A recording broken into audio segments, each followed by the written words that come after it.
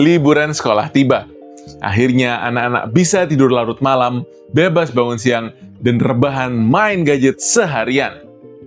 Terdengar seperti surga buat mereka kan? Sebagai orang tua, kita kadang merasa kasihan karena mereka capek sekolah. Jadi kita biarkan jadwal mereka berantakan. Tapi tahukah kamu, kebiasaan liburan tanpa struktur ini sebenarnya dikaitkan dengan terganggunya jam biologi sekeluarga. Dan dalam jangka panjang, berhubungan dengan masalah metabolisme? Hari ini kita akan bongkar rahasianya.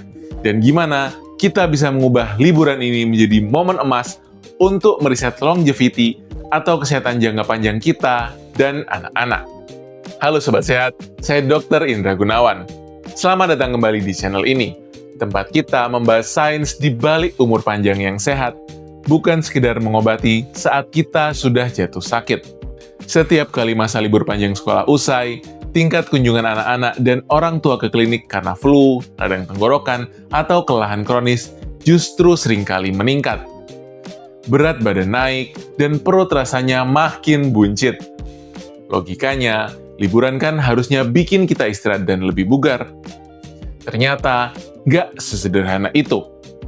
Dalam dunia sains, ada konsep yang disebut Structured Days Hypothesis. Hipotesis ini mengusulkan bahwa pada hari-hari tanpa struktur, seperti liburan sekolah, anak-anak cenderung lebih banyak rebahan, lebih lama main layar, dan pola makan tidurnya berantakan, yang ujung-ujungnya bisa memicu perubahan biologis. Kenapa? Karena rutinitas yang hilang membuat tubuh kita kehilangan jangkar biologisnya. Yuk, kita bahas mitos terbesar yang sering kita lakukan saat liburan dan kenapa ini sangat berbahaya buat longevity kita.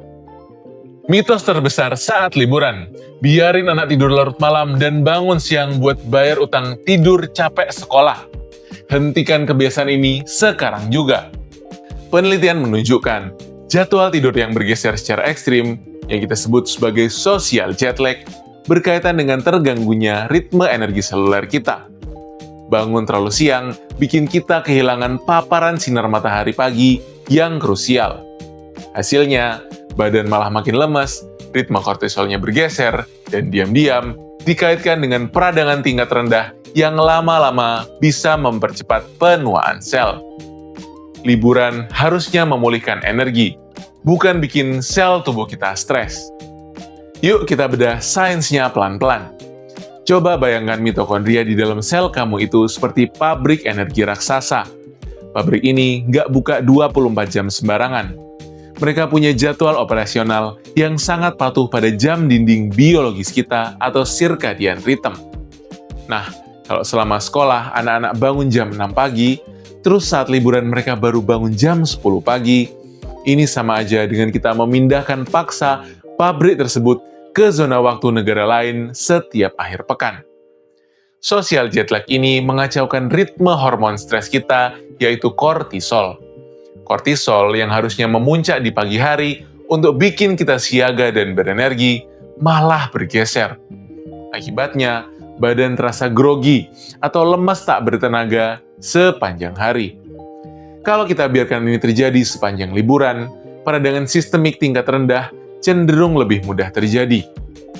Pola inilah yang berkaitan dengan apa yang kita sebut sebagai inflammaging. Inflamasi yang mempercepat penuaan seluler.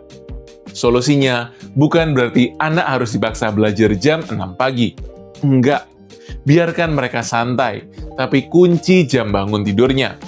Geser maksimal 1 jam dari jadwal normal, agar mesin mitokondria mereka dan mitokondria kamu tetap sinkron. Ngomong-ngomong, kalau kamu suka pembahasan biologi seluler yang deep dan scientific seperti ini, yuk gabung di membership channel ini. Di sana, kamu bisa ikut menentukan topik video selanjutnya, dan pastinya punya prioritas utama untuk saya balas komentarnya. Tapi, ingat ya, fitur ini murni untuk ruang diskusi edukasi, bukan untuk konsultasi medis pribadi. Langsung aja klik tombol join di bawah. Nah, kalau jam bangun tidur udah kita amankan, ada satu lagi kebiasaan khas liburan yang diam-diam merusak health span anak-anak dan juga kita sendiri.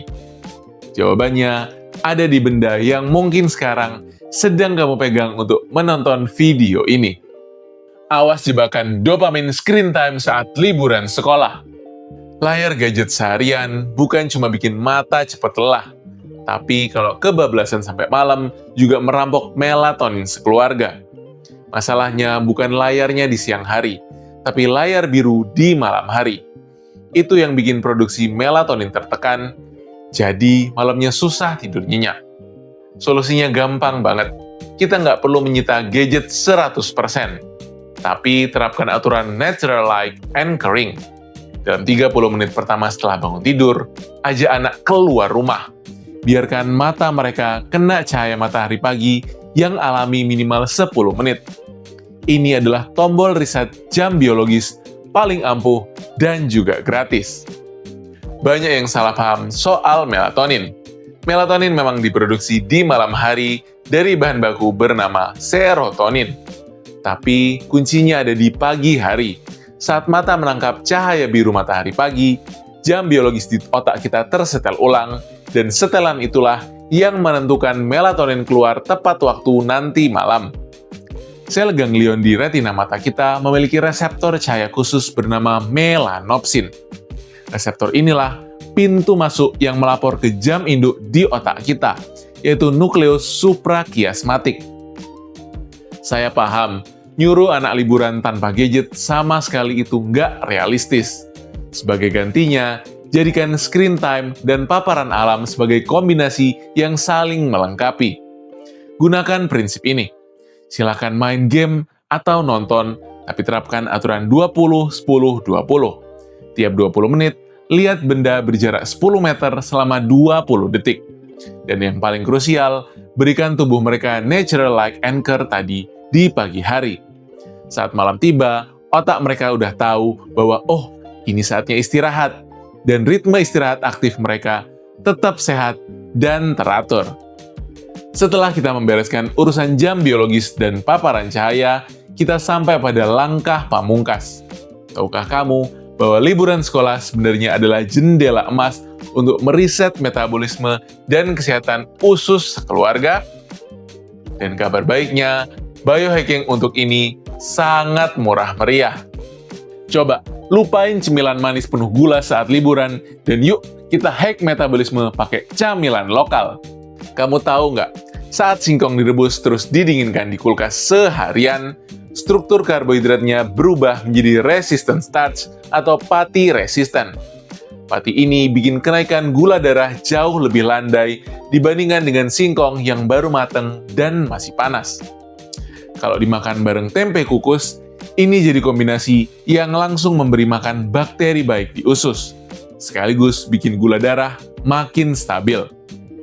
Bakteri ini kemudian memproduksi zat bernama butirat, suatu molekul yang menekan peredangan dan dalam riset dikaitkan dengan kesehatan sel jangka panjang. Liburan sehat ternyata cuma perlu ke pasar tradisional. Yuk kita bedah secara biokimia, kenapa singkong dingin ini spesial banget. Saat bahan makanan bertepung seperti singkong, kentang, atau nasi dimasak terus didinginin lebih dari 12 jam, terjadi suatu proses yang namanya retrogradasi pati. Susunan molekulnya merapat sehingga enzim pencernaan kita nggak bisa memecahnya menjadi glukosa biasa. Pati ini lolos sampai ke usus besar. Di usus besar, pati resisten ini disambut oleh mikrobiom usus kita dan difermentasi menjadi short chain fatty acids atau SCFA, terutama butirat. Butirat ini adalah bahan bakar utama sel-sel dinding usus dan membantu menjaga sawar usus tetap kuat. Menariknya lagi, karena gula darahnya naik landai, beban metabolik kita lebih ringan.